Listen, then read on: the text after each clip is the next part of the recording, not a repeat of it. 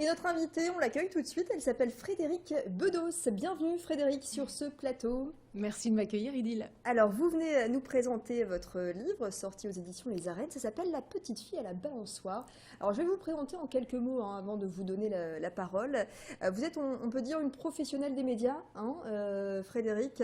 Vous avez travaillé, animé des primes, notamment pour les chaînes MTV, M6. Et puis en 2009, vous avez décidé de vous consacrer à votre projet et de laisser un petit peu derrière vous le show business, les paillettes, pour un projet plus profond, je dirais. On en parlera d'ailleurs à la fin de cette interview. Pour l'instant, on va parler de La petite fille à la balançoire et retracer un petit peu votre portrait, puisque c'est votre enfance notamment que vous racontez dans ce livre. Vous parlez de votre vie qui est loin d'être facile, qui était loin d'être facile à l'époque. Vous avez grandi entre, on va dire, deux amours, votre maman de sang et votre famille adoptive, ici, pas loin de chez nous, du côté de Roubaix.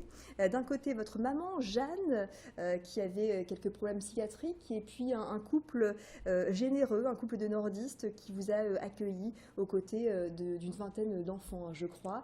Oui. Dans votre livre, vous dites que l'amour vous a sauvé, Frédérique. Pourquoi ? Exactement, c'est un livre hommage à l'amour qui m'a sauvée. C'est-à-dire que, vous savez, parfois on part dans la vie pas avec les bonnes cartes. En tout cas, c'est comme ça qu'on va vous le dire. Et donc, ça a l'air un peu foutu pour vous. En tout cas, ce ne sera pas facile. Et ça a été mon cas et le cas de mes nombreux frères et sœurs. Et en fait, eh bien, non, rien n'est jamais joué. Mais il faut pour cela que vous puissiez rencontrer de l'amour. Assez d'amour sur votre chemin pour pouvoir retrouver de la force pour vous relever et puis soigner vos blessures. Et c'est véritablement ce que je raconte dans ce livre, parce que mes parents, en fait, ne se sont pas dit, tiens, si on adoptait 20 mômes, mais il se trouve que c'était les inadoptables, ceux dont plus personne ne voulait, parce que soit ils étaient trop âgés, les couples préfèrent avoir des bébés, soit ils étaient trop traumatisés, soit trop handicapés, soit un petit peu de tout ça à la fois. Et donc, à chaque fois, mes parents avaient le cœur déchiré, se disaient, on ne peut pas le laisser. Et donc, ils le prenaient, voilà. Vous avez gardé des contacts avec vos frères et sœurs avec lesquels vous avez grandi à Roubaix ? Bien sûr. C'est vrai que ça paraît tellement hors norme, la grandeur de cette famille, que certains se demandent si c'est une vraie famille. Et en fait, oui, vraiment, ce sont véritablement mes frères et sœurs, même si ce n'est pas une question de sang.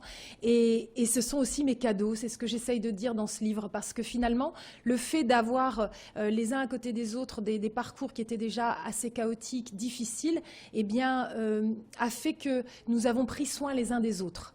Et c'est ça qui nous a sauvés, en fait. Au lieu de revendiquer nos blessures et peut-être être en colère par rapport à tout ce que nous avions déjà subi dans notre jeune âge, eh bien, au lieu de se caresser le nombril, on a regardé à l'autre. Et du coup, on s'est entraidés et ça nous a relevés. Et puis surtout, on a été nourris de la tendresse de ces parents extraordinaires, donc que sont mes parents adoptifs, Marie-Thérèse et Michel, qui sont un couple tellement beau, un couple donc bien du Nord, d'abord dans une petite maison à Croix, et puis quand la petite maison a craqué, on a déménagé dans une grande maison à Roubaix. Et voilà, on dit que les gens du Nord n'ont pas le soleil à l'extérieur, mais à l'intérieur du cœur. Je crois que c'est vrai. Quand votre mère vous a confié, vous n'avez pas ressenti le sentiment d'abandon, vous ne lui en voulez pas ?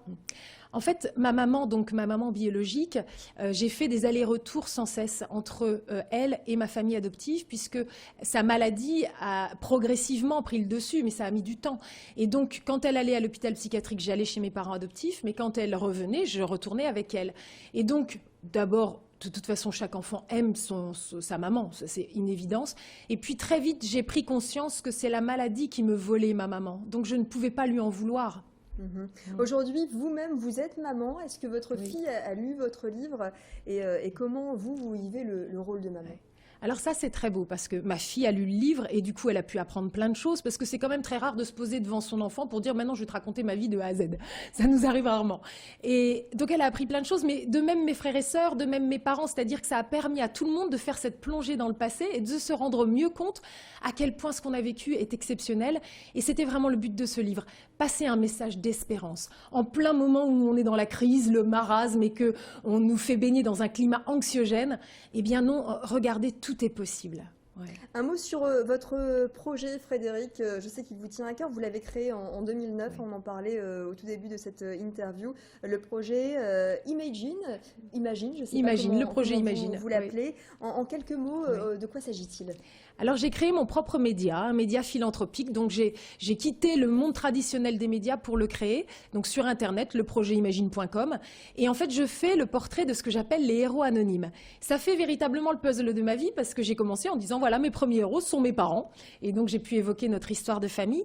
Et l'idée, c'est en fait de mettre un gros coup de projecteur sur toutes ces personnes dont on ne parle jamais et qui font des choses formidables pour les gens qui les entourent. Ils ont identifié des problématiques de société et puis ils ont relevé les manches et ils sont partis véritablement dans la bataille. Et quand on voit leur action, quand on voit les résultats, le nombre de vies sauvées, de destins qui ont été relevés, on est bluffé. On a l'espérance qui regonfle le cœur et nous aussi, à notre tour, on a envie de nous lever de notre fauteuil. Donc ça, c'est un vrai média utile. Et l'idée, en plus, in fine, c'est aussi de donner des coups de pouce financiers aux héros qui en ont le plus besoin. Donc on est vraiment dans un cercle vertueux, communiquer et agir pour bâtir le meilleur ensemble. Et plus d'informations donc sur www.leprojetimagine.com. Je rappelle également, Frédéric Bedos, le nom de votre livre, La petite fille à la balançoire aux éditions Les Arènes. Merci beaucoup d'être venu sur ce plateau. Merci, Idil.